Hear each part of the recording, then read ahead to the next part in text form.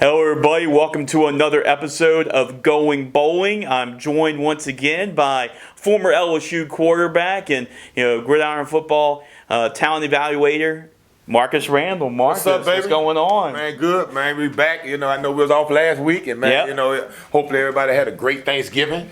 I know I did. How was the cruise? Was it cruise? Man, it was nice. Man. Yeah. It was, cruising. Not a cruise, but a vacation, a little trip. A vacation. Yeah. In DR. So glad to be back. Glad to be back around football, man. Some exciting things going on. SU Jags pulled off a win. Oh yeah. Got a win in there, to finish their season off, and both teams down here now, have new head coaches. Yeah, right. So it's about to be a fun time for football down here, man. Hopefully we can get a lot of things going on because this year has been kind of off for both universities. So man, glad it looked like things finna take a turn and go back the other way.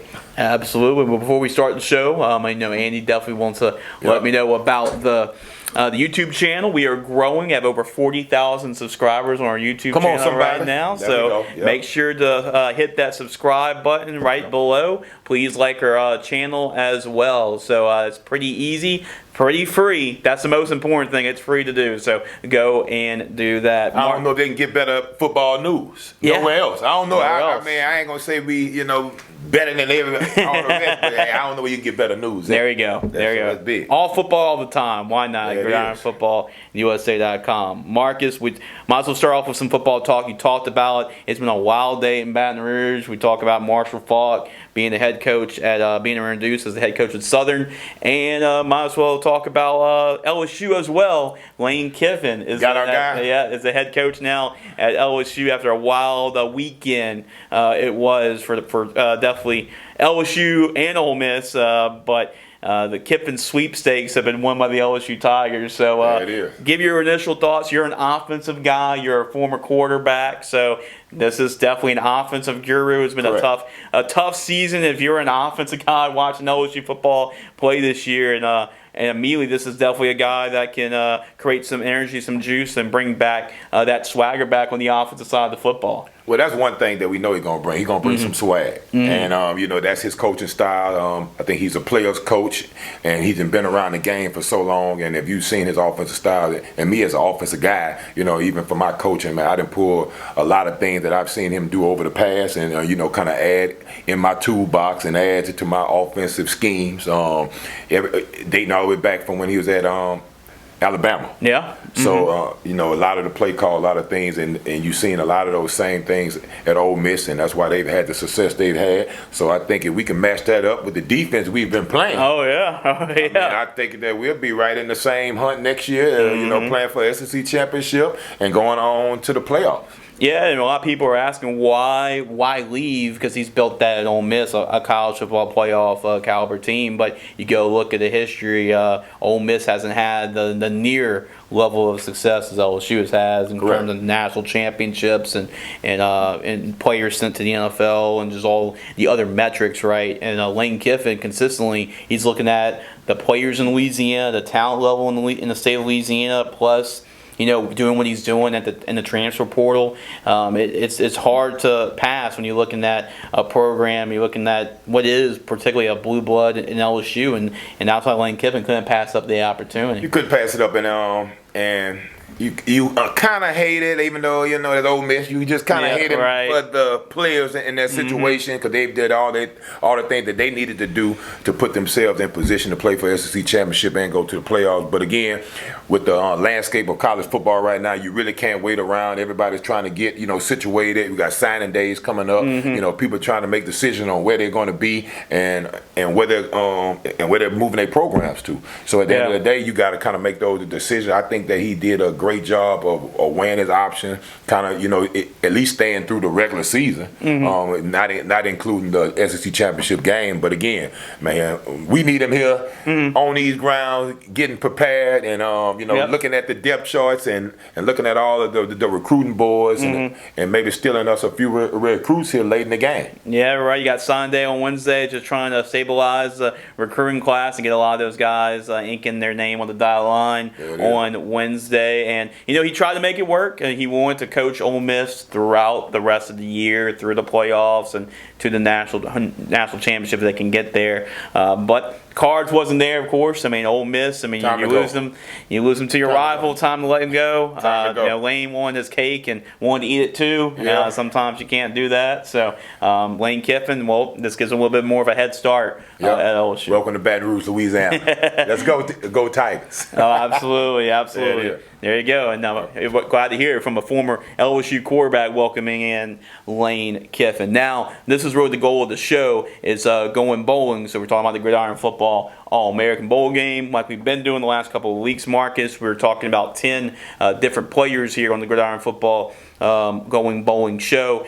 And we've got a lot of really good talent. And because we got a former quarterback in the house, we always have to start off with a quarterback. So we're going to kick this list off here with our first, we've had plenty of talented quarterbacks we talked about already on the show. This is another quarterback you've seen in person. He actually went to our camp earlier this year at Lamar Dixon and was slinging that rock. And, man, he's been slinging it throughout his whole career at Franklinton High School. And that's quarterback Jacob Crane as our first bowl game commit we're going to talk about today. 6'2", 190 pounds, got a couple of offers. He was a district MVP last year. Led an incredible turnaround for Franklinton last year from a team that only won 3 games from his sophomore year to a team that went undefeated his junior year and was really a play or two away from winning the state championship in the Superdome last year. But he was all-state honorable mention, state runner-up, and Franklinton's been a great football program, has produced some really good players, the McGees of the world,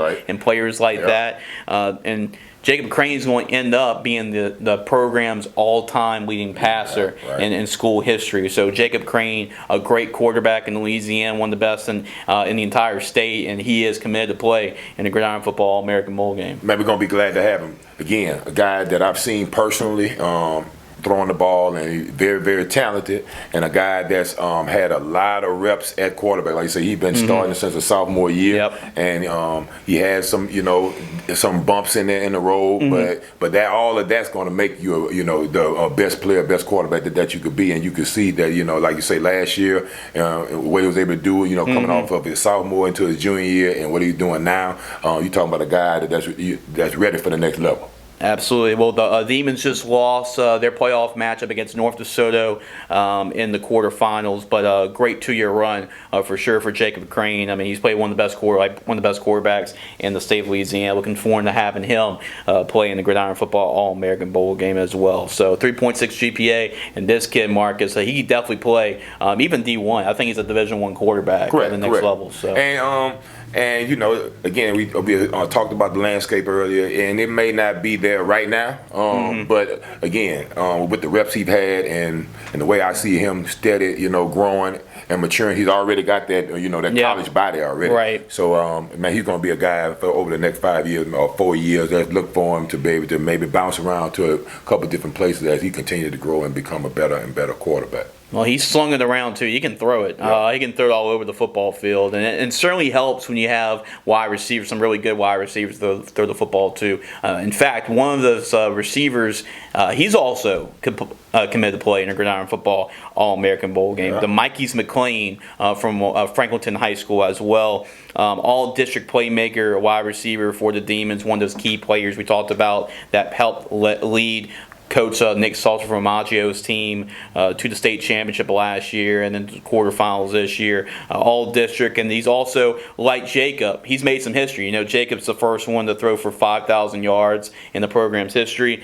Well, you need some guys to throw it to get to that 5,000 yards. You throw 5,000, you got some guys that have to be over there that's catching the ball that's on the other side of it. And again, it's hard as a quarterback to be able to reach the stats and reach the stats he's had if you haven't been having guys that can go and get the ball. So, again, man, there's another guy that's, again, like you say, he's been that guy for the last few years. And again, he's one of the reasons why Jacob was able to reach those 5,000 yards. Oh, absolutely. And he made some history himself a little bit. He's the first Franklinton receiver. Like I mentioned, there's been some great players that come through Franklinton, but he's the first Franklinton receiver to eclipse 1,000 yards receiving. So he's made some history as well. So there was one play I saw, and it was in the spring, and and Jacob. It was a high snap. Had just recovered it. Saw the Mikey's one-on-one, just threw it up, and he caught it. So it was like, it shows you how much just like you draw it up. Just like you draw it up. I mean, it was exactly in the playbook right there. Yep. But hey, you know that Jacob, you have the draft and all that. He's like, hey, like I don't care what team I'm on, but my guy has to be on my team with me. So, but both of them are playing. I would say no matter what he's got. I mean, if you've been listening to the quarterbacks that we've been talking about, I mean, he's gonna have a guy throwing it to him. But I know it's always that chemistry with your for sure. Yep. For sure. And we're going to talk about this Gridiron Football All-American Bowl game. So we're going to talk more about players from outside the state of Louisiana. We're going to talk about our running back from outside the state of Louisiana. We're going to go to Florida, Coach, and we got Courtney George, running back from Pensacola High School. 5'10", 170 pounds, but not afraid to run in between the tackles. And obviously he's got the giddy up to go outside and hit those holes and hit the outside and be a home run hitter. Over 1,000 yards rushing this year, so he's been really the bell cow of the offense. Talked to their coach and asked him what guys we should invite for the bowl games. That without a doubt you have to invite Courtney George. He's our guy. So he's definitely the playmaker for Pensacola High School. 3.2 GPA, 1,000-yard rusher, and a tough runner for a guy his size as well. Good, man. And that's just to add to the stacked room of running backs we already have. Yep. It's always good when you can have guys like his own coach, embellish him. But when you start talking about other coaches that's around, like my coach that's from Eon Scambia that always been sending guys to the bowl game. Yep. Then we got Coach as at Gulf Breeze High School. Sure. And they all, basically can talk about this guy too. So you got a guy that's a well-rounded guy that's ready to be in an All-American type game. And again, I think he's going to fit in that stacked running back room already, and he's going to be one of those top guys. Well, last week or the last time we did the show, we talked about we have some really good quarterbacks in this bowl game, right? We talked about Haven Keller from Patterson. He's a good quarterback as well. We talked about him a couple shows ago, but he threw for 2,300 yards and 31 touchdowns this year. Like we mentioned about the Mikeys. Correct. If you're putting up numbers like that at quarterback, somebody's going to get it. Somebody's going to have to catch the ball. Somebody got to go get it. So he's got two receivers that are playing in the bowl game, and we're going to talk about Javen Christopher first. About 5'7", 140 pounds. Not a big guy. We put him in the slot and he's a mismatch nightmare. 3.5 GPA. Productive player. Second team All District. Holds an offer as well from Community Christian College in Louisiana. So it's a tough guy to defend, and you gotta be careful with those guys that hey, you're only 5'7", 5'8", but man, they can run those crisp routes and they can get open and they're quick. So I mean, make sure. It really put a headache on a lot of defensive backs. And when you start talking about guys in the slot that's shifty like that, kind of smaller guy, linebackers, it's hard to put their hands on them, and then you start talking about the bubble routes that they could run, and when you just put it in their hands right now and letting them make plays, and some of these stats that we're talking about came off just put it in his hands, and let him do the rest, and also he'll be good in the kick return game as well. So man, glad to have that guy, and we're gonna see what he got. We're gonna see if we can give him maybe a few jet sweeps there. There we go.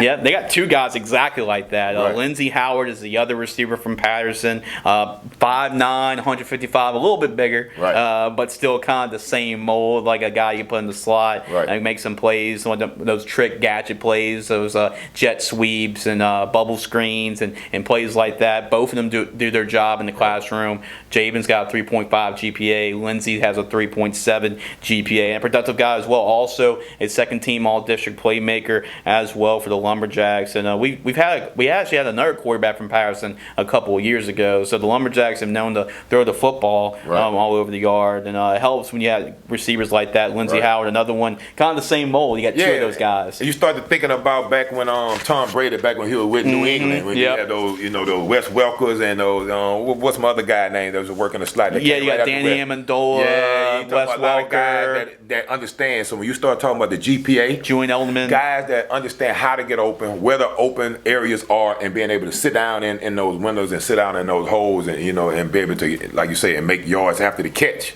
So those are the guys, and man, we've seen them do that all season long.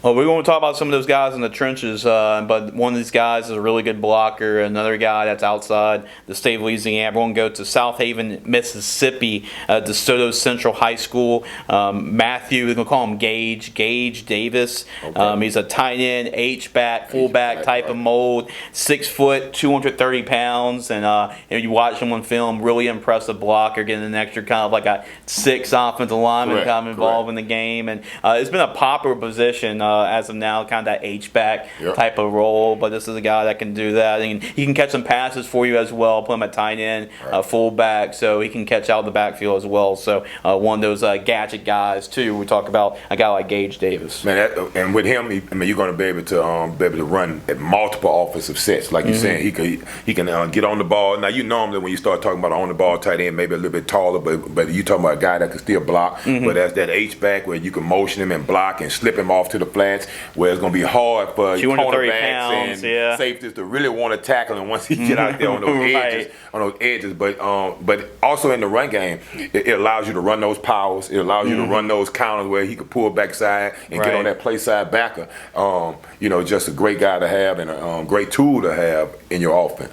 Yeah, and another state representative. We got a Mississippi player in the bowl game, so that's what just with all the different states being represented in the Gridiron Football All-American Bowl game. We're going to talk about the offensive line as well. And we go up to Shreveport, and we actually won the things, Captain Shreve, and we talk about that as well. For players that, hey, you're going to have to play your way. You're going to have to showcase your skills at our camps in the off season. This is one of the players that has done that in Andre Campbell, offensive lineman for Captain Shreve, 6 foot 280 pounds, a Gridiron Football top camp performer.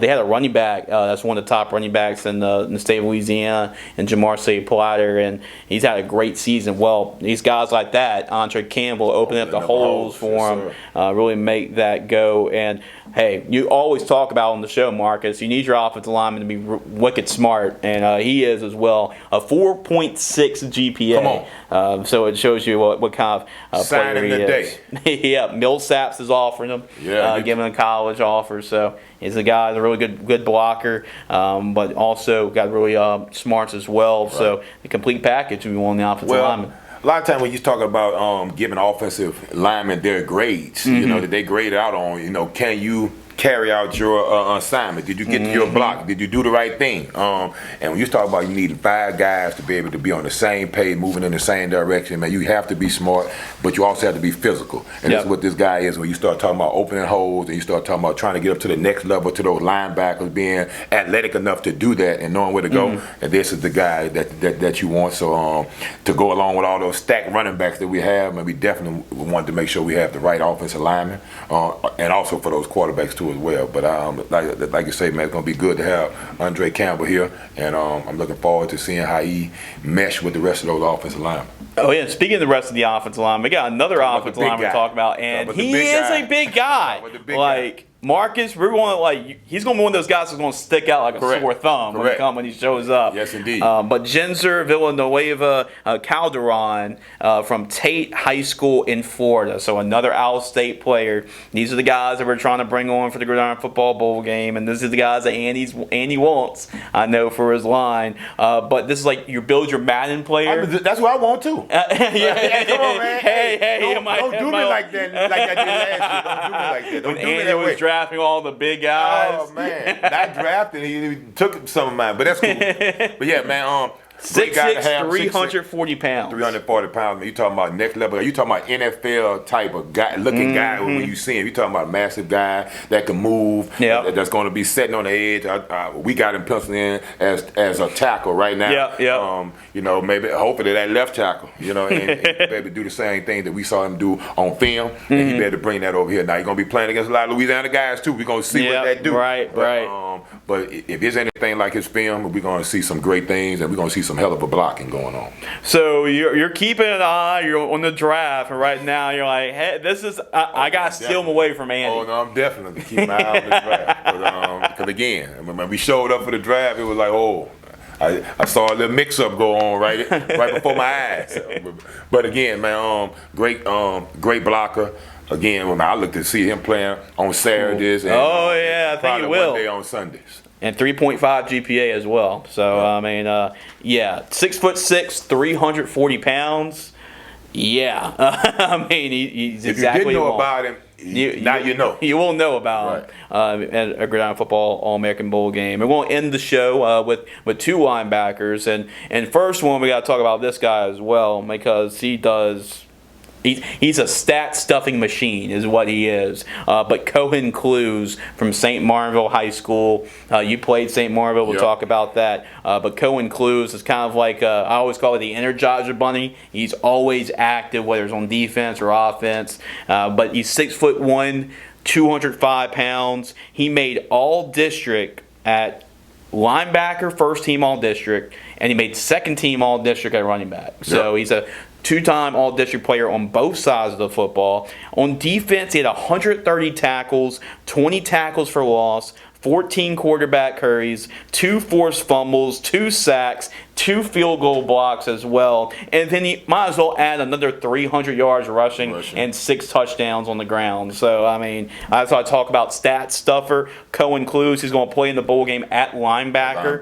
But, this is a guy that's active and quick, sideline to sideline, all over the football field. When you have 130 tackles, I mean, that shows. Correct. And you start talking about guys like that can rush the passer, that can also drop and play in those passing lanes, but that understand both sides of the ball. And when you can get a guy that can play both sides of the ball or have experience playing both sides of the ball, it just obviously makes you a smarter player out there on the field. And again, I had a chance to see this guy in person because at Woodlawn we actually played against them. And we pulled it out 20-26, but this guy was all over the field, and he was one of their brightest spots on the field for old Coach Crane over there. Yep, you saw number 0 a whole lot for sure. He definitely stuck out. And another player that the other linebacker we're going to talk about, Cohen Clues, is a really good football player. The other linebacker we're going to talk about here tonight is another player you've seen a whole lot at Liberty, and that's Keith Joseph, another all-district productive player, all-district linebacker. That's what Andy says every year about the bowl game. You're going to see a lot of players been all-district, all-state. There's another one, second-team all-district. Not the biggest guy, about 5'9", 190 pounds, but, 4'6", 40 speed. He's really strong. 325 bench, 515 squat.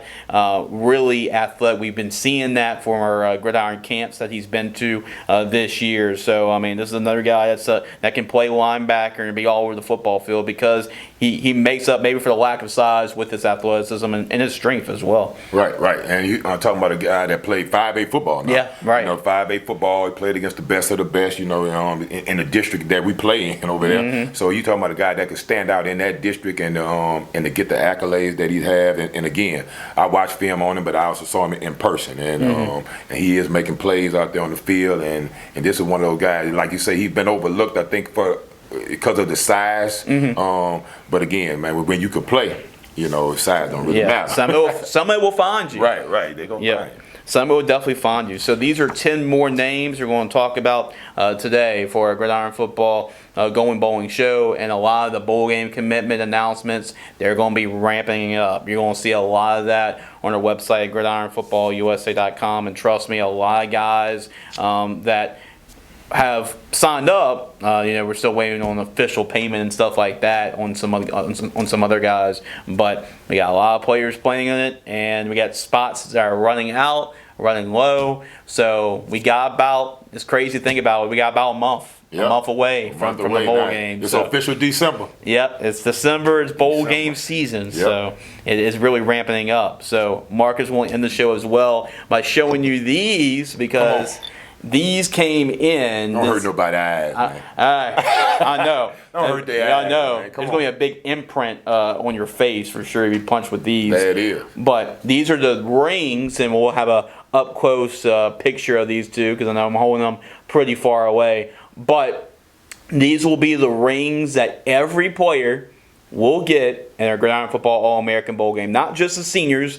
We also have a junior high division as well. So some of the up-and-coming rising stars, they'll be playing the bowl game as well on December 29th. The seniors will be playing on December 30th. So it'll be 2 great days of football action. As you see, this is a big square ring. It's a little bit of a different, but you got the different trophies from all that represents all the bowl games that have been played before in years past. And then we have your more typical bowl game ring for a junior high ring. So looking pretty nice there, Marcus. Looking nice, man. Come on. Just to put this in perspective to everybody, man. Okay. There you go. Try them on. Try them on. No bigger than that. No, I mean, like way down your whole hand. I mean, 2025. I see the black diamond shining right here in the 2025. Okay. Yep. Looking sharp. Looking sharp, baby. Looking sharp. Locked and loaded. Things coming in. That means it's almost that time. Oh yeah, it's almost that time. And shout out to all the teams that still left in the playoffs. Yeah. Playing in the semifinals. You know, trying to get their bid in for the championship game in the Dome. That's right. We're going to have another show about that, too, on actually later that night. We have our show Ball in the Boot, and we're going to go and preview all the semifinal matchups. And there's only a couple of teams that will get the chance to punch their ticket to the Superdome, and we'll see them in the Superdome as well. So, Marcus, we're going to be doing this next week. We're going to be talking about more and more commits. I know we've been talking steady 10. We might have to ramp it up a little bit. Closer. 15, 20 as we get through it, and then maybe get Andy on board and talk about the format in the next couple of weeks as we get closer about the format of the game and talk about the different teams that will be represented, and maybe we'll some trash talk between you and Andy again. Hey, I mean, you're the defending champ, so you got flex your muscle a little bit against Andy. Even though they tried to get me, in the beginning, I prevailed, and then they always try to get me in the end.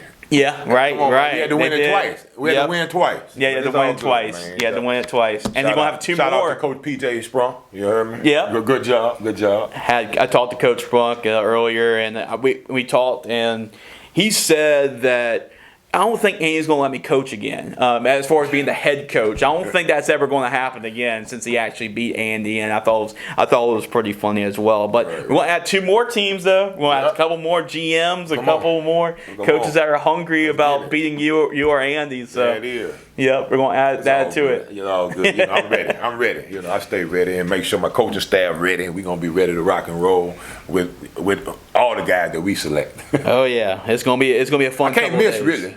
No. It'll be hard for me to miss. Oh, yeah. Hey, you got an advantage. You're actually doing the show with me every week. It's going to be hard for me to miss. Make some notes and, hey, these are the guys I want to draft. Straight up. Yep. Good deal. Give you maybe an extra wink or something, say, hey, draft this guy. Select that guy. Highlight a couple of these guys. Down low. Absolutely. Marcus, always a pleasure. Always, yep. Until next week, and we'll be locked and loaded. We'll have a lot of great news and more guys that we'll be highlighting. Absolutely, but for more of our bowl game announcements, we're going to have a lot more commitment posts, so make sure to go to our website, gridironfootballusa.com.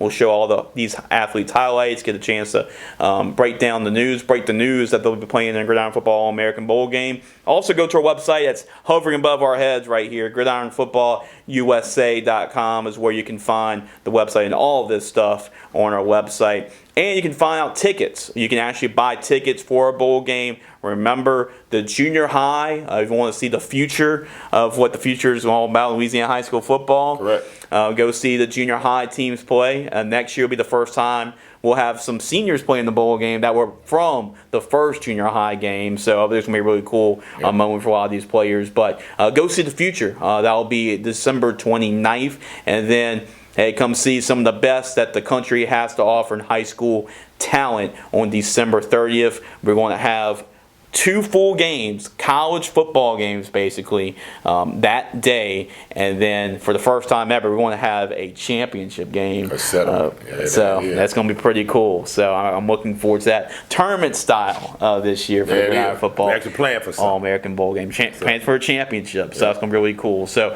for Marcus Randall, I'm Jace LeJeune. Thank you so much for watching Going Bowling. And make sure to subscribe to our YouTube channel. As always, it's free, it's easy, and it takes about a second, so make sure to do that. Thank you so much, and we'll see y'all next week on another episode. We're getting closer to the Gridiron Football All-American Bowl game.